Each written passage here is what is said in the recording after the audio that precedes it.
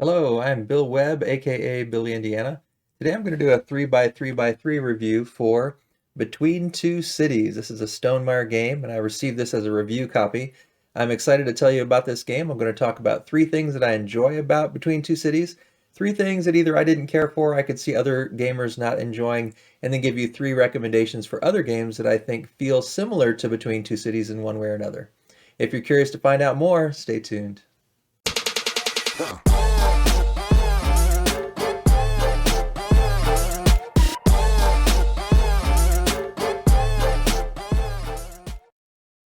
So before I begin the review, let me give you a quick overview of how this game plays and show you what comes inside the box. So we have a score tracker, and you really only need this for the end of the game. And you're just going to start down here and track the score for each of the cities. And you use these little monument images here, or these little location images, just to both track the score on here. And then there's an extra copy of each one of those so you can keep track of who's passing which tiles in which direction, who's building on which of the different buildings, because you're actually going to be building two cities at the same time. So that's the scoreboard. We've got three sets of rule books here. Well, one is really the overall rule book. One is the solitaire rules for using the automas, and one is a little flyer, just a single page, teaching you how you can use the automa for a two-player game. And so those come with it, obviously. One nice thing about the rule book on the back, there's a good quick reference guide, just telling you about how each round works, and then also summarizing how the scoring goes. And the scoring is also explained here on the card, and so each player gets their own playing card here. This is just kind of a cute little sidebar here, but there's a little deck of 15 cards, and if you want to see who's going to sit in which order around the table, you can shuffle these out and then have people sit in birthday order, alphabetical by city of birth, alphabetical by last letter of first name, shoe size, hair length, so on and so forth. So just a cute little side thing that they threw into the game that I think adds a unique little twist to just setting up. Definitely not necessary, but something that's kind of cute.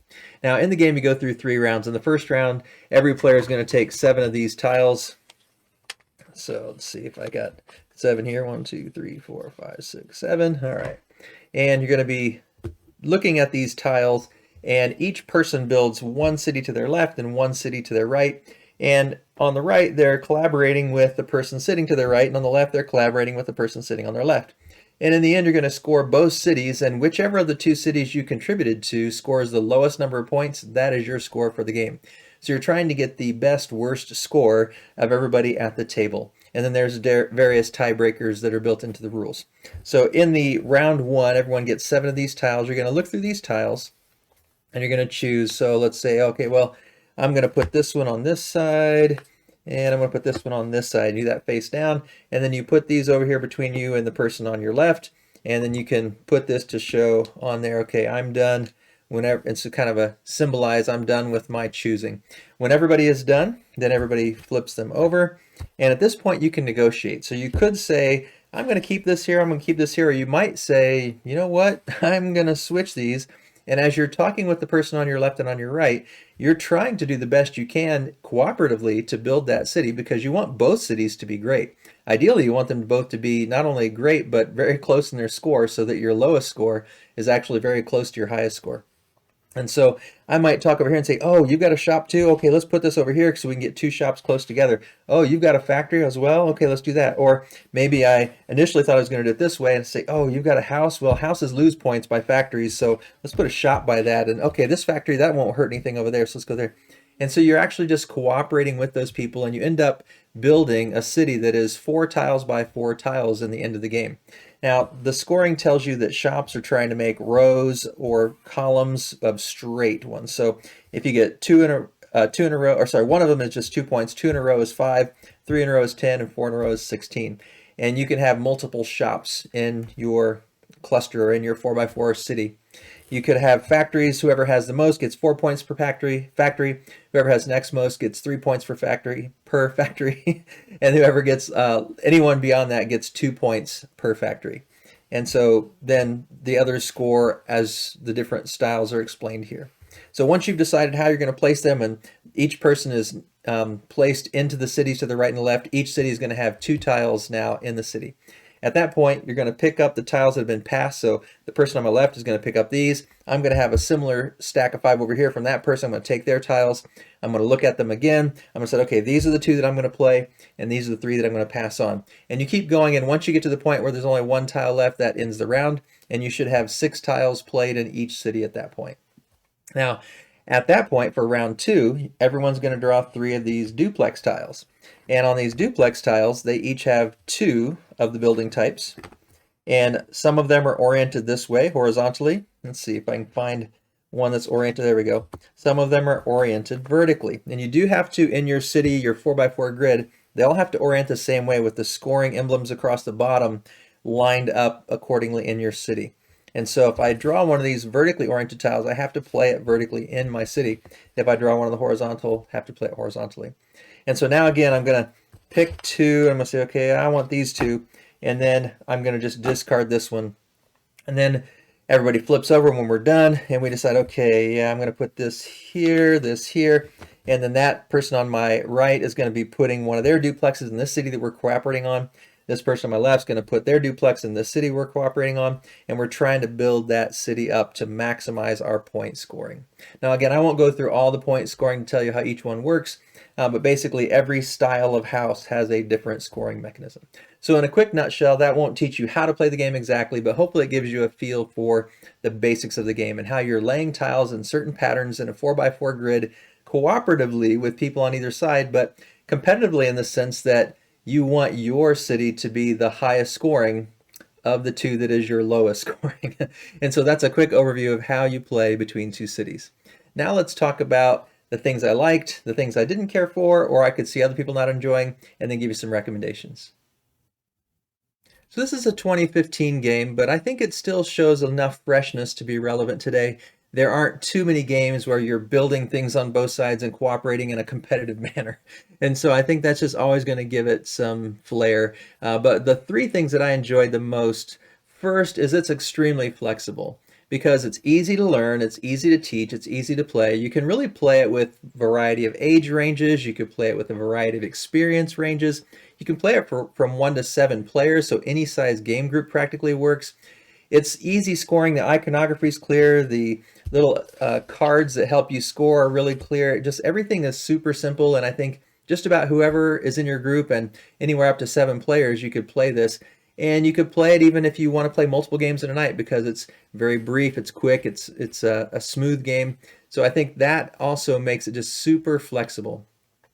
The second thing that I really appreciate about it is that unique, I want to have the highest scoring, lowest scoring building. And so I'm collaborating and I'm cooperating and I'm trying to figure out, okay, how will I make both of these great? And I want to cooperate enough with this person that we're both making this really good. And I want to cooperate with the person on my left well enough that we can both make that one great.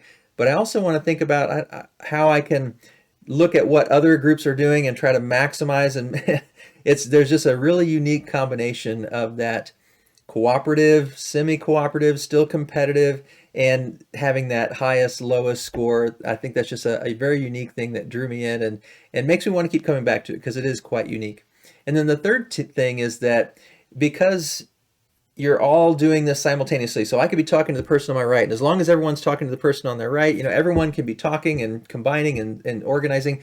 Very few people are going to be waiting. They're all going to have someone to talk to, unless you've got an odd number, then it can be a little bit longer on time, but not much. That simultaneous play really works well.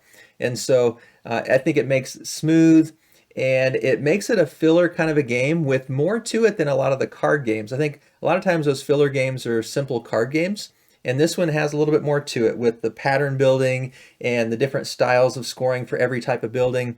So it's like a board game that plays really quick, really easy, could be a filler. And so I think it's just smooth because of that simultaneous play, and I think it's also just that simultaneous play and smoothness makes it be a very quick filler game, but with enough depth and meatiness to it that it still feels like a board game, not just a simple party game.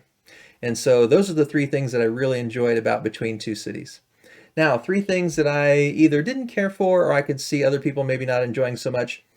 I will have to say, while there is a little bit of meat on the bone and while there is, a board game here, it's a little bit light on the decision space. You're not really having to think in any really deep strategy. It's not a highly tactical game. There's a little bit of tactics and strategy, and there's a little bit to think about. But if you're looking for a brain burnery type of traditional Euro where there's no luck and it's just all about maximizing, this might not be the game for you. So that doesn't bother me at all, but that's just something to be aware of. If that's the kind of game you're looking for, that's not what this game is. The second thing that kind of caught me off guard is I had Between Two Castles of Mad King Ludwig first, and it has just an incredible storage solution. And it just makes it so organized, so neat. And I know this is an older game, so that probably plays into it, but this is just stuff in baggies, which is fine. It doesn't need to be organized. It doesn't need to be fancy like the others, but it did catch me off guard. So if you know about the storage solution in Between Two Castles of Mad King Ludwig, don't expect the same thing here for Between Two Castles. It's all the components in baggies is about all you're going to get.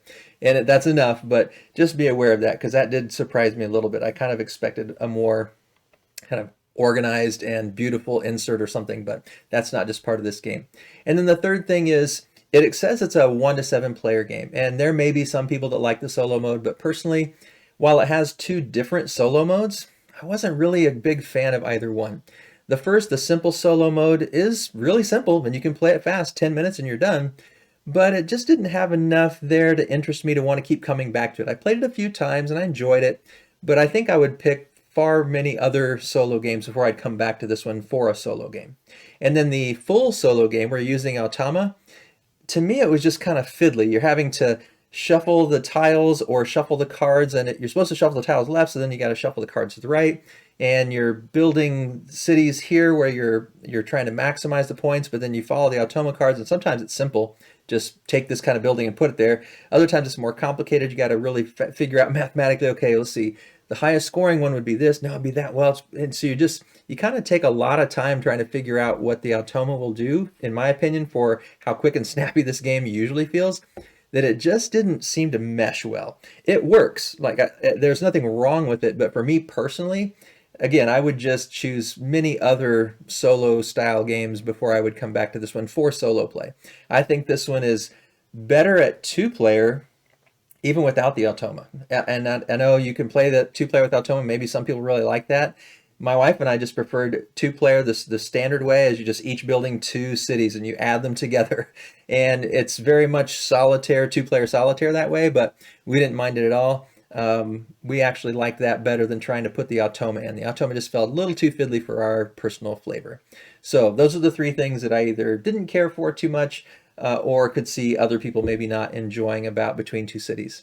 Now some recommendations. So the first and obvious one I've already mentioned is Between Two Castles of Mad King Ludwig. Now it's also a Stonemaier game, and the game here is very similar in the sense that you are passing tiles, you are building a castle to your left and your right and cooperating with the people to your left and your right, and you're trying to build the best worst castle. But this one has a little more to it. There's different kinds of tiles. There's different kind of scoring opportunities. You don't have to limit yourself to a 4x4 grid, which actually I kind of like that about the Between Two Cities, but it does give you a lot more flexibility and creativity with how you can build these castles. So this is the obvious comparison because there is a lot of overlap and similarity, but this is a little bit deeper game, a little bit heavier game, and then you've got the Secrets and Soirees expansion as well, which just throws another whole level of different tiles and things you can add in. So Between Two Castles of Mad King Ludwig is one that I would say definitely has some obvious crossover, but I'm going to give you 3 other ones since that one's pretty obvious.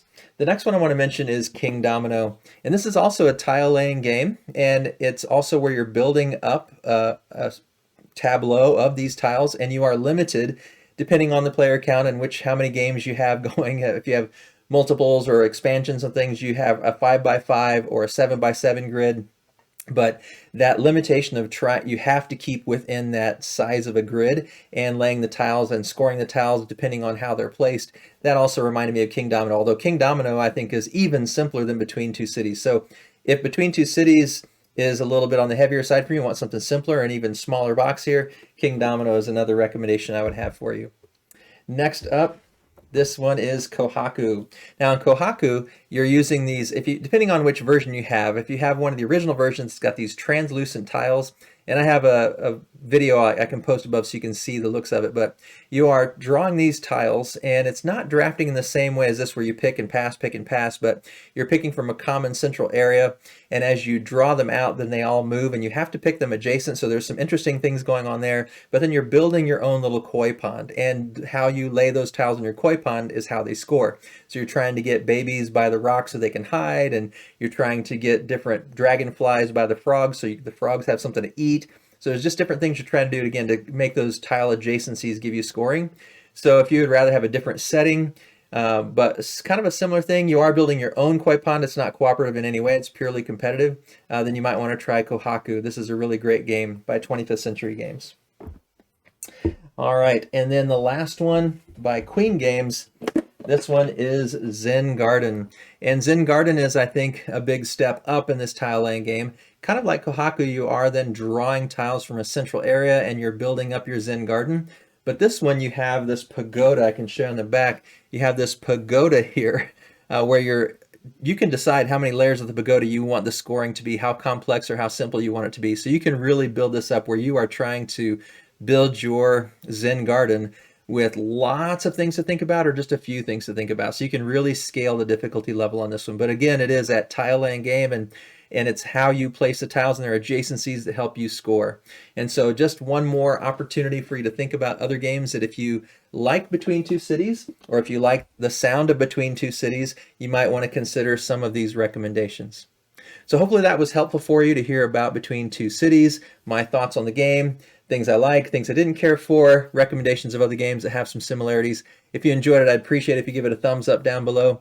And if you wouldn't mind subscribing to the channel, that really helps out as well. If you have any questions about any of these games, Between Two Cities, or any of the other ones that I've recommended, leave those comments down below as well. If you have comments yourself about Between Two Cities, things you liked, things you didn't like, or other recommendations, I'd love to read that below as well. As always, thanks for watching. This is Billy, Indiana, signing off.